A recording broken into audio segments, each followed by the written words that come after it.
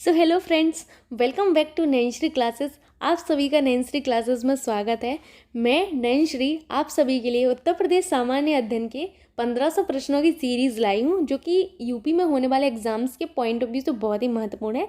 तो चलिए शुरुआत करते हैं इस महत्वपूर्ण सीरीज़ की। प्रश्न है आपका कि अटाला मस्जिद स्थित है। ऑप्शन है आपके बदायूं, मैनपुरी, फिरोजाबाद या जौनपुर। तो आपको बता दें कि जो अटाला मस्जिद है वो जौनपुर में स्थित है। कहाँ पर है? जौनपुर में स्थित है।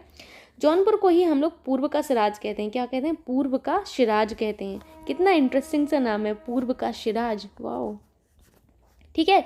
और जौनपुर जो है वो हमारे पूर्वांचल क्षेत्र में आता है। किसमें? पूर्वांचल क्षेत्र में आता है। ठीक,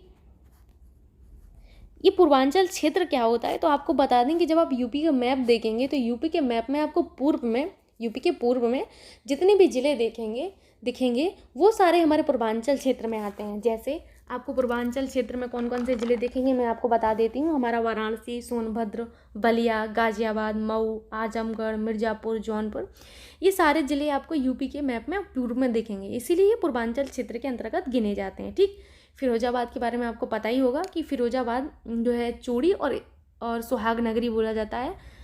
ठीक, क्योंकि यहाँ की जो चूड़ियाँ हैं वो बहुत ही फेमस हैं यूपी में।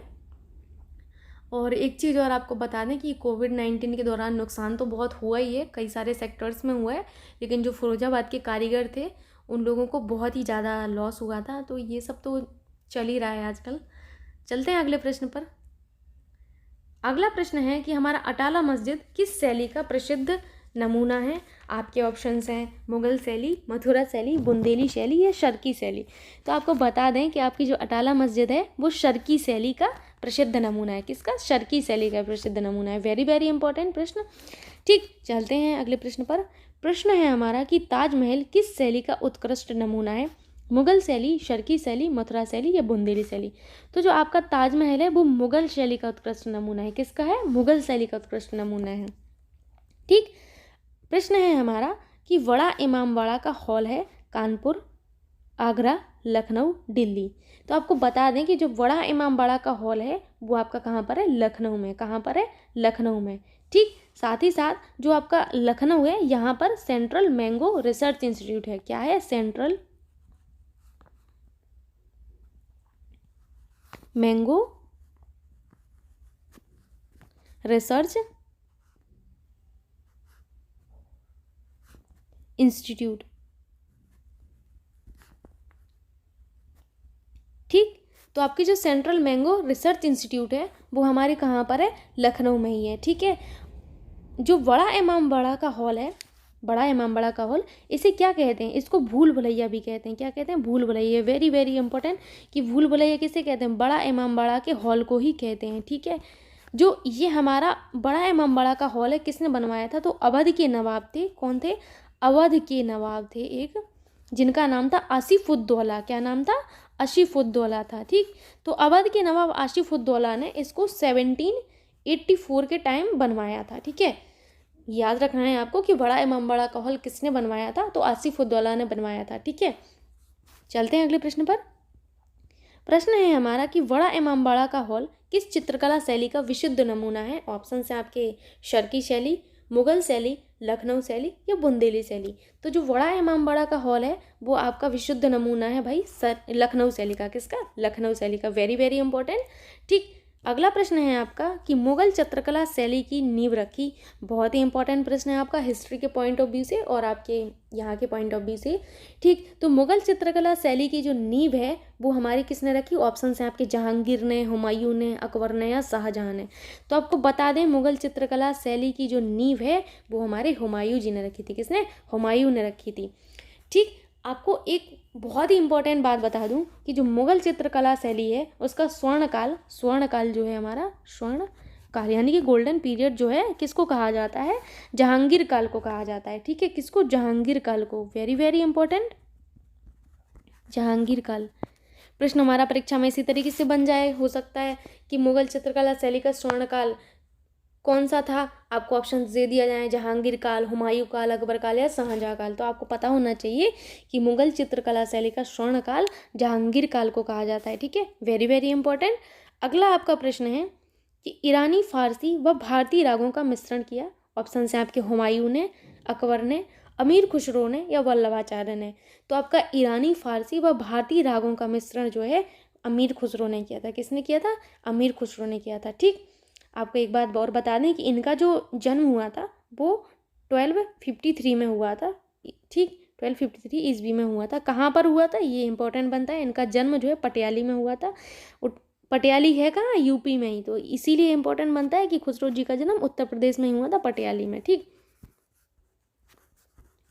ठीक है, चलते हैं अगले प्रश्न पर। प्रश्न है हमारा कि अमीर खुसरो द्वारा किन श्रेणियों की खोज की गई? आपके ऑप्शन है कव्वाली, तराना, कलवाना या उपरोक्त सभी। तो आपको बता दें कि अमीर खुसरो द्वारा इन सभी की खोज की गई थी। ठीक, इसीलिए आपका ऑप्शन 4 एकदम करेक्ट होगा। ठीक, खुसरो साहब ने कव्वाली, तराना और कलवाना इन सब श्रेणियों की खोज की थी। ठीक, प्रश्न है आपका कि तबला व सितार का आविष्कार किसने किया था? ऑप्शन है आपके वल्लभाचार्य, हरिदास, अमीर खुसरो या फिर हुमायूं। तो आपके तबला व सितार का जो आविष्कार है वो बहुत ही इंपॉर्टेंट बनता है। किसने किया था? वो हमारा अमीर खुसरो ने किया था। किसने? अमीर खुसरो ने। ठीक, प्रश्न है आपका कि स्वामी हरिदास जो हैं, स्वामी हरिदास के शिष्य हैं तानसेन, वैजू, गोपाल या उपरोक्त सभी। तो जो स्वामी हरिदास थे ये पहले तो आप ये जान लीजिए ये कृष्ण भक्त थे। ठीक, कृष्ण भक्त, और इनके जो शिष्य थे वो तानसेन भी थे, वैजू भी थे और गोपाल भी थे। तो ऑप्शन 4 एकदम सही होगा कि उपरोक्त सभी इनके शिष्य रहे हैं। ठीक, प्रश्न है आपका अकबर के दरबारी तानसेन जो है पारंगत थे ध्रुपद शैली से, मथुरा शैली से, मुगल शैली से या बुंदेली शैली से? तो तानसेन जो हैं वो पारंगत थे। आपको पता होगा कि हमारे जो तानसेन थे वो ध्रुपद शैली से, किससे? ध्रुपद शैली से पारंगत थे। ठीक, मतलब ये ध्रुपद शैली में बहुत ही ज़्यादा निपुण थे। ठीक, प्रश्न है आपका अगला, जौनपुर का वह सुल्तान कौन था जिसने बड़े ख्याल का प्रवर्तन किया? किसका? बड़े ख्याल का प्रवर्तन किया। ऑप्शन है आपके सुल्तान हुसैन शर्की, मलिक सरवर, इब्राहिम शाह या ख्वाजा ई जहां। तो आपको बता दें कि बड़े ख्याल जो है हमारा, बड़े ख्याल का प्रवर्तन किसने किया था? तो सुल्तान हुसैन शर्की ने किया था। किसने? सुल्तान हुसैन शर्की ने किया था। और इनको ही क्या कहा जाता है? जौनपुर के संगीत सम्राट, जौनपुर के संगीत सम्राट।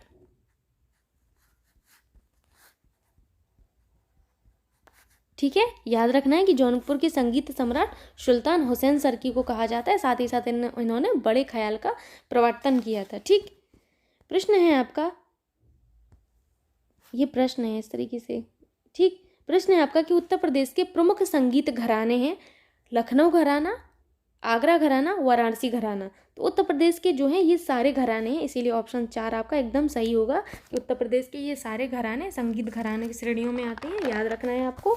ठीक है, अगला प्रश्न है आपका कि संगीत की दृष्टि से लखनऊ घराने का स्वर्ण काल रहा है। वेरी इंपॉर्टेंट कि संगीत की दृष्टि से लखनऊ घराने का स्वर्ण काल कौन सा है? वाजिद अली शाह का काल, उस्ताद फयाज खां का काल, अख्तर पिया का काल या मुंडू खान का काल? तो आपको बता दें कि संगीत की दृष्टि से लखनऊ घराने का जो स्वर्ण काल है वो वाजिद अली शाह का काल है। कौन सा है? वाजिद अली शाह का काल। ठीक, प्रश्न है आपका कि पंडित रविशंकर जो थे वो पंडित रविशंकर किस घराने से थे? ये है आपका प्रश्न। तो आपको पता होगा कि पंडित रविशंकर किस घराने से थे। ऑप्शन है आपके बनारस घराना, लखनऊ घराना, आगरा घराना या ये लखनऊ घराना आपका 2 बार आ गया है। ठीक, यहाँ पर आप नोटा कर लेना, यानी कि नन ऑफ द एबव। ठीक, तो पंडित रविशंकर जो हैं वो हमारे बनारस घराने से थे। किससे? बनारस घराने से। वेरी इंपॉर्टेंट, पंडित रविशंकर के बारे में कई बार पूछा जाता है कि किस घराने से थे, तो ये बनारस घराने से थे। ठीक है, चलते हैं अगले प्रश्न पर जो कि बहुत ही इंपॉर्टेंट है कि पंडित रविशंकर प्रसिद्ध थे, किस लिए प्रसिद्ध थे? आपके ऑप्शन हैं तबला वादन के लिए, सितार वादन के लिए, पखावज वादन के लिए, सारंगी वादन के लिए। तो इन सारों के बारे में आपको याद रखना है कि तबला वादन के लिए कौन फेमस था, सितार वादन के लिए कौन फेमस था, सारंगी वादन के लिए कौन फेमस था। ठीक, लेकिन ये आपका प्रश्न यहाँ पर ये है कि पंडित रविशंकर किस चीज़ के लिए फेमस थे? तो आपको बता दें कि रविशंकर जी हमारा सितार वादन के लिए फेमस थे। किसके लिए? सितार वादन के लिए। साथ ही साथ ये किस घराने से थे? बनारस घराने से। अभी हाल आपको बताया है बनारस घराने से थे। इनका आपको घराना याद रखना है। साथ ही साथ ये किस वादन के लिए फेमस रहे हैं अपने काल में, तो ये भी याद रखना है। और आपको सारे याद नहीं रखने हैं, वो बस जो कुछ इंपॉर्टेंट से हैं वो ज़रूर आपको याद रखना है, ठीक है। अभी आपको बता दें कि जो तबला वादन है, तबला वादन के लिए कौन फेमस था, तो तबला वादन के लिए किशन महाराज जी थे। किशन महाराज जी बहुत ही फेमस थे तबला वादन के लिए, ठीक है। पखावज वादन के लिए कौन फेमस रहा है, तो पखावज वादन के लिए आपका शंभू महाराज फेमस थे। कौन थे, शंभू महाराज, ठीक, शंभू महाराज, ठीक। सारंगी वादन के लिए भी जान लेते हैं कि सारंगी वादन के लिए कौन फेमस था, तो सारंगी वादन के लिए शंभूनाथ सिंह। शंभूनाथ सिंह, थोड़े से नेम इनके कॉमन है, ठीक, शंभूनाथ सिंह। अब ऐसा ना करना आप लोग कि शंभू सब में जोड़ देना, पीछे का अलग कर देना, ऐसे भी नहीं करना है। याद रखना है आपको कि तबला वादन के लिए फेमस थे हमारे किशन महाराज जी, वहीं पखावज वादन के लिए फेमस थे शंभू महाराज जी, और वहीं सारंगी वादन के लिए फेमस थे Shambhunath Singh. Very very important. आपको ये नहीं देखना है कि आपसे प्रश्न क्या पूछा जा रहा है उसी का उत्तर आपने जान लिया, बस दैट्स इट। ऐसे नहीं करना है, आपको ये भी जानना है कि आपके उस प्रश्न से और कितनी चीज़ें कनेक्टेड हैं, उनको भी आपको रिकॉल करना है, ठीक। अपने माइंड में बार बार उन सब चीज़ों को मेमोराइज करना है, ताकि आपको एग्ज़ाम टाइम दिक्कत ना हो। जब आप इस तरीके से पढ़ेंगे ना, तो आपको कभी दिक्कत नहीं होगी, ठीक। चलते हैं अगले प्रश्न पर। प्रश्न है आपका कि पूर्वांचल क्षेत्र के प्रमुख लोकगीत हैं। ऑप्शन है आपके कजरी, कराही, दादरा, उपरोक्त सभी। बहुत ही इंपॉर्टेंट प्रश्न है कि लोकगीत से, यूपी के लोकगीत से अक्सर अपने प्रश्न बनते रहते हैं, तो इन सब चीज़ों को याद रखना है आपको, ठीक। जितने भी लोकगीत हैं, लोक नृत्य हैं, उन सबको बहुत अच्छे से आपको याद रखना है, ठीक। प्रॉपर नोट्स बनाने हैं हर चीज़ के, जो आपको इम्पॉर्टेंट लगे उसको ज़रूर नोट डाउन करना है, ठीक है। ऑप्शन हैं आपके, देख ही चुके हैं आप तो, ऑप्शन की कजरी, कराही, दादरा। तो पूर्वांचल क्षेत्र के प्रमुख लोकगीत उपरोक्त सभी हैं, कजरी भी है, कराही भी है और दादरा भी है, ठीक है। चलते हैं अगले प्रश्न पर। बहुत ही इंपॉर्टेंट है कि विरहा कहाँ पर प्रसिद्ध है, पूर्वांचल क्षेत्र में, मथुरा में, लखनऊ में, आगरा में। तो आपको बता दें जो विरहा है, विरहा का क्षेत्र पूर्वांचल क्षेत्र माना जाता है, ठीक है, पूर्वांचल क्षेत्र माना जाता है। हमने आपको पूर्वांचल के बारे में बताया था कि पूर्वांचल बेसिकली क्या है। पूर्वांचल यूपी के मैप में पूरब में जितने ज़िले हैं वो पूर्वांचल क्षेत्र में गिने जाते हैं। जैसे आपका हुआ वाराणसी, हुआ सोनभद्र, हुआ बलिया, हुआ गाजीपुर, हुआ मऊ, आजमगढ़, मिर्ज़ापुर, जौनपुर, भदोही, या फिर एक और चंदौली। ये सारे आपके ऐसे ज़िले हैं जो पूर्वांचल क्षेत्र के अंतर्गत आते हैं, ठीक है। तो इन सबको आपको याद रखना है कि विरहा हमारा कहाँ पर प्रसिद्ध है, पूर्वांचल में प्रसिद्ध है, ठीक। अगला प्रश्न भी हमारा बहुत ही इंपॉर्टेंट है। प्रश्न है आपका कि हमारा कजरी का विशेष क्षेत्र है मिर्ज़ापुर, वाराणसी, ब्रज, पूर्वांचल क्षेत्र, आगरा क्षेत्र। ये पूर्वांचल इस तरीके से लिखना है, ठीक है। तो आपको बता दें कि कजरी का जो विशेष क्षेत्र है वो मिर्ज़ापुर, वाराणसी है। Very very important. कजरी का प्रसिद्ध क्षेत्र कौन सा है, मिर्ज़ापुर, वाराणसी। अभी रिसेंट में मेरा डाइट में जब वाइवा हुआ था जीएस का, तो उसमें मुझसे पूछा गया था यही वाला प्रश्न कि कजरी का विशेष क्षेत्र है। तो ये ऐसे प्रश्न नहीं है कि अगर वाइवा में पूछे गए तो बस इनका लेवल वहीं तक है, नहीं, ये छोटे से लेके बड़े स्तर तक आपसे प्रश्न पूछा जा सकता है। कजरी बहुत ही इंपॉर्टेंट है क्योंकि, ठीक। चलते हैं अगले प्रश्न पर। अवध क्षेत्र के प्रसिद्ध लोकगीत हैं। ऑप्शन है आपके बधाई, सोहर, इनमें से कोई नहीं, एक व दो, दोनों। तो आपको बता दें कि अवध क्षेत्र के प्रसिद्ध लोकगीत बधाई भी है और सोहर भी है। बधाई तो आपने देखी होगी, बूढ़ी दादी लोग बहुत करती हैं जब कुछ भी होता है, जैसे शादी वगैरह होती है तो उसके बाद फिर दादी लोग करती हैं बधाई। बहुत मज़ा आता है बधाई देखने में, ठीक। तो अवध क्षेत्र में जो है बधाई भी होती है और सोहर भी होता है, इसीलिए आपका ऑप्शन 4 एकदम करेक्ट होगा, ठीक।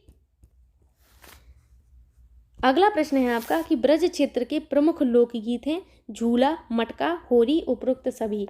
तो आपको बता दें कि ब्रज क्षेत्र के ये सभी के सभी लोकगीत हैं। झूला भी है, मटका भी है, होरी भी है, ठीक है। तो आपका ऑप्शन 4 एकदम सही होगा, ठीक।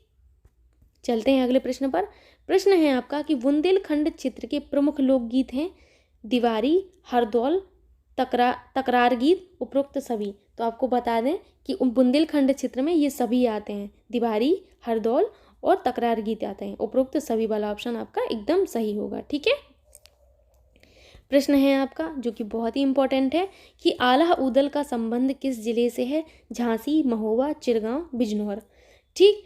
तो यूपी का एग्ज़ाम देने जा रहे हैं आप, तो यूपी से रिलेटेड चीज़ें तो आपको पता होनी चाहिए कि आला उदल जिनका नाम इतना फेमस है यूपी में, तो ये कहाँ से थे, किस ज़िले से इनका संबंध था। तो आपको बता दें कि आला उदल का संबंध महोबा ज़िले से था। किससे? महोबा ज़िले से था। वेरी वेरी इंपॉर्टेंट प्रश्न कि आला उदल का संबंध महोबा ज़िले से था। अब ये इतने फेमस तो थे, ये तो आपने जान लिया कि ये इतने फेमस थे, लेकिन क्यों थे, ये भी माइंड में आना चाहिए क्वेश्चन। तो आपको बता दूं कि आला उदल अपनी वीरता के लिए प्रसिद्ध थे। तो भैया इन्होंने कौन सी ऐसी वीरता दिखा दी उस टाइम कि इनको आज भी याद किया जाता है। तो आपको बता दें कि इन्होंने वीरता जो दिखाई थी वो पृथ्वीराज चौहान के समक्ष दिखाई थी। क्या वीरता दिखाई थी, मैं आपको बता दूं। जो ये आला उदल थे, आला और उदल, ये दोनों भाई थे। ठीक है, ये दोनों क्या थे, भाई थे। तो उदल इनमें से छोटे थे। कौन था छोटा? उदल छोटे थे।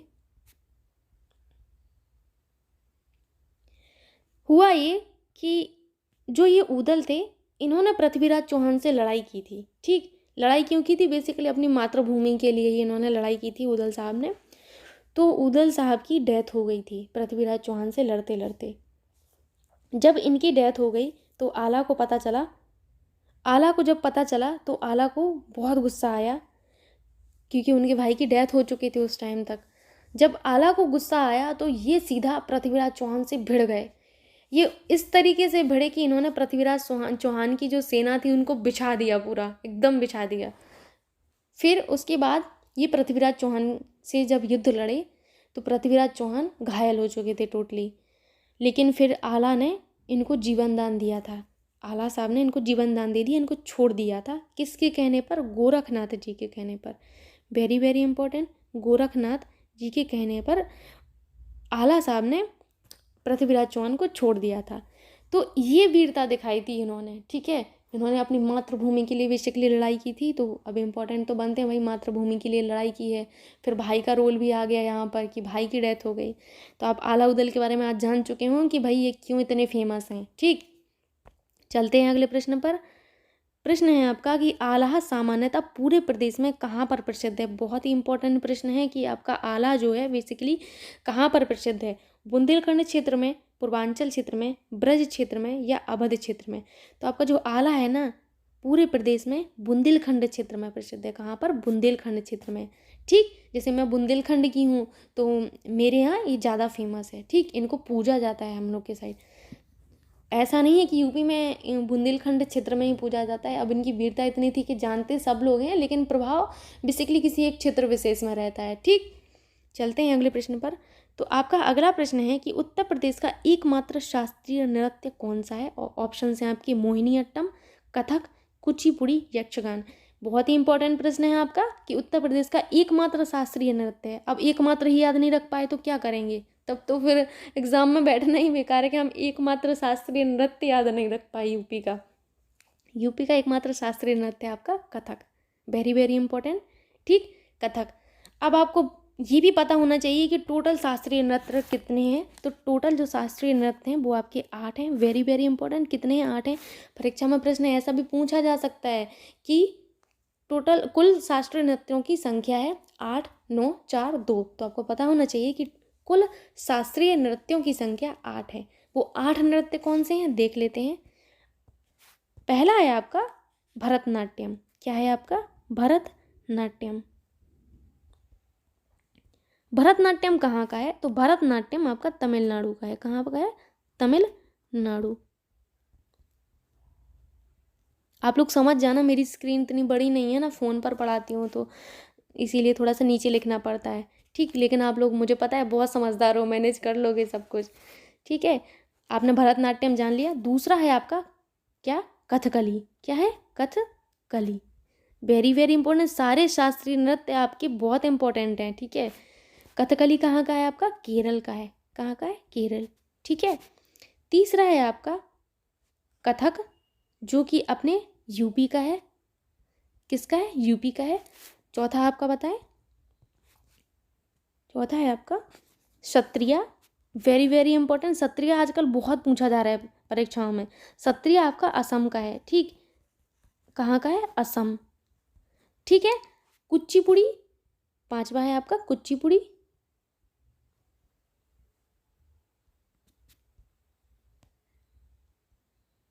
जो आपका कुचिपुड़ी है वो आंध्र प्रदेश का है। कहाँ का है?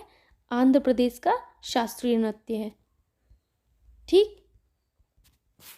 6वां है आपका मोहिनी अट्टम। क्या है? मोहिनी अट्टम।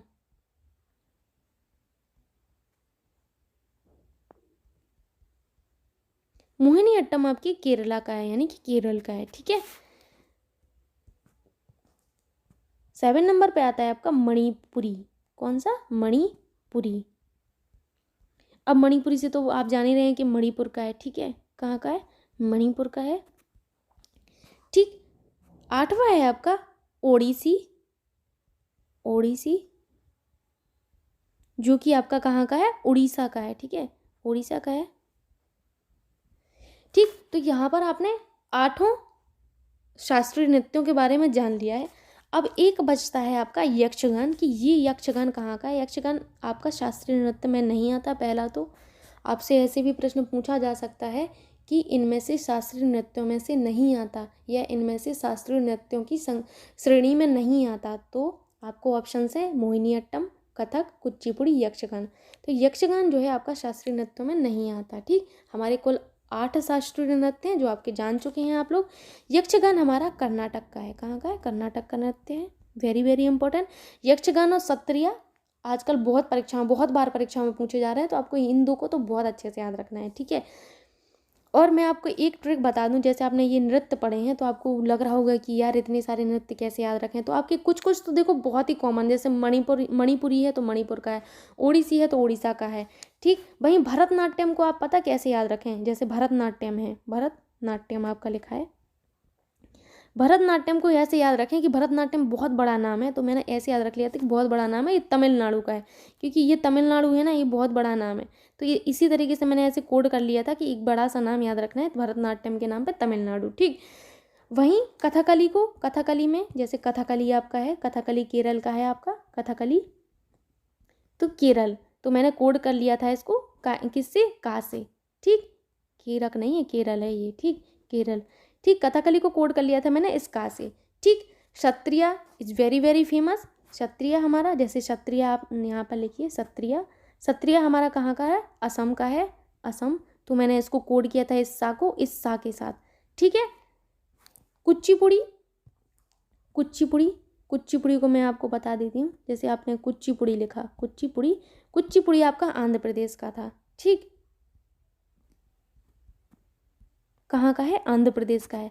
तो इसको आप कैसे याद रखेंगे? कुचिपुड़ी को आप कच्ची पुड़ी से याद रखिए। ठीक है। जैसे अगर कोई अंधा होगा तो वो कच्ची पुड़ी नहीं खा पाएगा। ठीक है।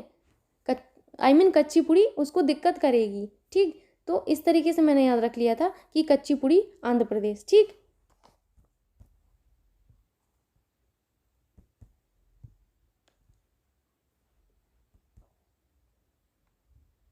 अगला आपका प्रश्न है कि उत्तर प्रदेश में सर्वाधिक बार मुख्यमंत्री पद पर रहे। ऑप्शन हैं आपके अखिलेश यादव, सुश्री मायावती, पंडित गोविंद बल्लभ पंत, चौधरी नारायण सिंह।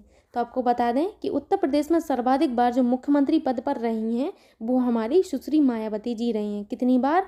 कुल मिला के 4 बार। ये 4 बार उत्तर प्रदेश की मुख्यमंत्री रही हैं। ठीक है। तो आपको ये पता होगा, मैं बता भी चुकी हूँ पहले भी, लेकिन यहाँ पे याद रखना है कि उत्तर प्रदेश में सर्वाधिक बार मुख्यमंत्री पद पर हमारी मायावती जी ही रही हैं। और आपको बता दें कि आपके पहले जो मुख्यमंत्री थे वो हमारे कौन थे? गोविंद बल्लभ पंत जी थे, प्रथम मुख्यमंत्री। यही थे हमारे प्रथम मुख्यमंत्री जी।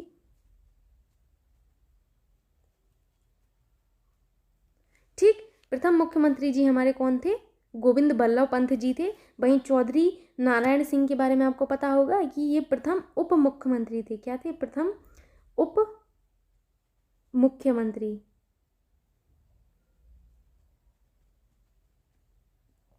ठीक।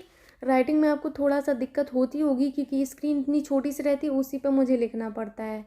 ठीक। तो मैं बोलती हूँ तो आप उसको कनेक्ट करके अपना नोट्स में ज़रूर लिखा करिए। ठीक। तो आई होप यहाँ तक आपको वीडियो समझ भी आया होगा और पसंद भी आया होगा। यदि आपको मेरा वीडियो पसंद आता है तो please please like, share and subscribe my YouTube channel and thank you so much मेरे वीडियोज़ देखने के लिए।